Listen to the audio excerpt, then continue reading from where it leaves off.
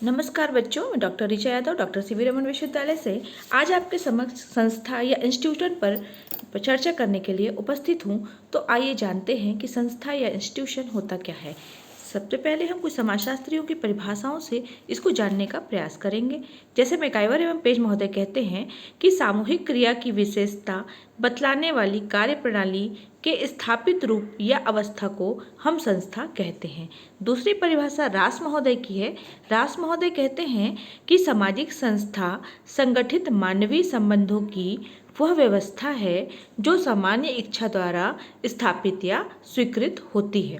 तो आइए अब हम जानते हैं कि संस्था की विशेषताएं क्या क्या होती हैं। सबसे पहले तो संस्था की यह विशेषता होती है कि यह नियमों की व्यवस्था है, अर्थात कुछ नियम या कार्यप्रणाली जब लिखित रूप से बना दिए जाते हैं, सबको एक साथ उसको स्वीकार करना पड़ता है, तो यह संस्था की पहली विशेषता होती है।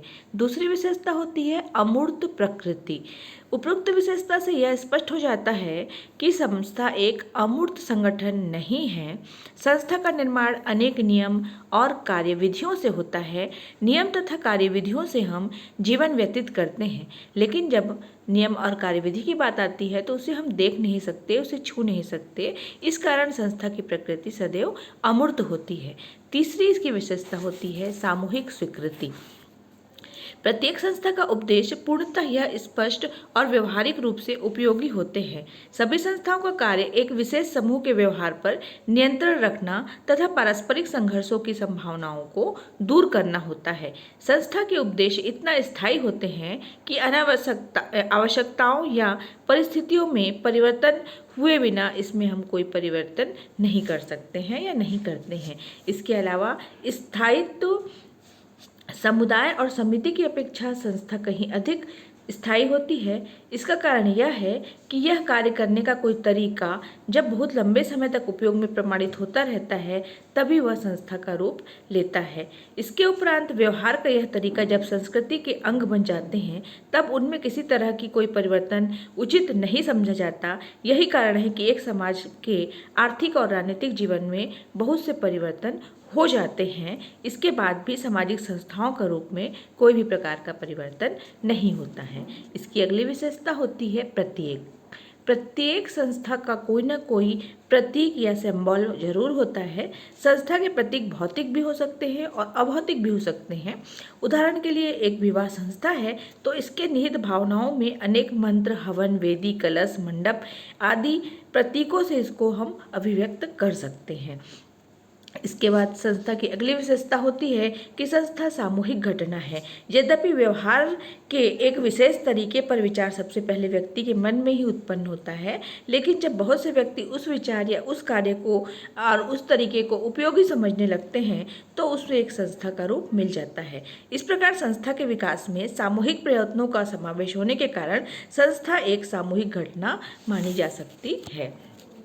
इसके अलावा संस्था के विषय में हम कुछ और बात जानने का प्रयास करेंगे, जैसे कि संस्था की उत्पत्ति कैसे होती है। सबसे पहले एक विचार व्यक्ति के मन में उत्पन्न होता है और उस विचार की वो बार बार पुनरावृत्ति करता है। जब व्यक्ति विचार की पुनरावृत्ति करता है तो वह आदत का रूप ले लेती है, और आदत की जब समूह द्वारा बार बार पुनरावृत्ति की जाती है तो वह जनरीति का रूप ले लेती है। जनरीति में अतीत के अनुभव भी जुड़ जाते हैं। इसके अलावा जनरीति को जब बार बार समूह स्वीकृति दे देता है और जब देखता है कि इसमें कल्याण की भावना है तो वह प्रथा का रूप ले लेती है, और प्रथा जब लगातार अपनाई जाती है लोगों के द्वारा तो उसे हम लोकाचार का रूप मान लेते हैं। लोकाचार उसकी एक निश्चित संरचना हो जाती है। इसके बाद यह संरचना जो लोकाचार होता है कालांतर में संस्था का रूप धारण कर लेता है और एक व्यवस्था का रूप बन जाता है। तो हम स्पष्ट कर सकते हैं कि संस्था की उत्पत्ति सबसे पहले एक विचार के रूप में होती है। व्यक्ति जब यह विचार उपयोगी सिद्ध होने के कारण उसको बार बार पुनरावृत्ति करता है तो दूसरे स्तर में उसको व्यक्ति की वह आदत बन जाती है, और इसकी उपयोगिता को देखते हुए अन्य व्यक्ति भी सामूहिक रूप से जब उसको स्वीकार करने लगते हैं तो फलस्वरूप वह तीसरे स्तर पर वही विचार एक जनरीति बन जाता है। इस प्रकार हम देखते हैं कि संस्था की उत्पत्ति कैसी हुई। अब आइए जानते हैं कि संस्था के प्रमुख कार्य क्या क्या होते हैं। सबसे पहले हम संस्था के कुछ उदाहरण को समझ लेते हैं। जैसे विवाह एक संस्था है, नौकरी के नियम एक संस्था है, संविधान, उत्तराधिकार के नियम, परीक्षा प्रणाली, आचार संहिता आदि हम संस्था के उदाहरण के रूप में देख सकते हैं। तो अब जानते हैं कि संस्था के प्रमुख कार्य क्या हो सकते हैं। सबसे पहला संस्था का कार्य होता है व्यक्तिगत समस्याओं के समाधान से संबंधित कार्य। दूसरा है सामाजिक व्यवस्था से संबंधित कार्य। तीसरा है यह जो है वास्तविक रूप में संस्था के कार्य बहुत व्यापक है। संपूर्ण सामाजिक जीवन संस्था के कारण ही हम कह सकते हैं कि संपूर्ण सामाजिक जीवन संस्था के कारण ही व्यवस्थित रहता है। इसके पश्चात संस्था के कार्यों को संक्षेप में और हम जानने का प्रयास करते हैं।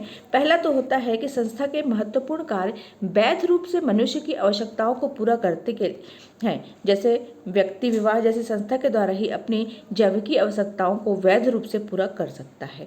दूसरा है संस्था व्यक्ति के कार्य को सरल बनाती है। संस्था किसी व्यक्ति का मार्गनिर्देशन न करके उसके संपूर्ण जीवन त्रुटि सुधार की प्रक्रिया के रूप में बीत जाएगा। संस्कृति की विशेषताओं को एक पीढ़ी से दूसरी पीढ़ी तक पहुंचाने का कार्य भी संस्था का ही प्रमुख कार्य है। इसके अलावा प्रत्येक संस्था एक समाज के सभी सदस्यों को व्यवहार में समानता उत्पन्न करती है। इसी से सामाजिक तथा सांस्कृतिक संगठन भी सुदृढ़ बनता है। अंत में हम कह सकते हैं कि प्रत्येक व्यक्ति को उसकी योग्यता के अनुसार सामाजिक स्थिति प्रदान करना भी संस्था का ही महत्वपूर्ण कार्य है। इसके फलस्वरूप ही सामाजिक जीवन में संघर्ष की संभावना को कम किया जा सकता है। धन्यवाद।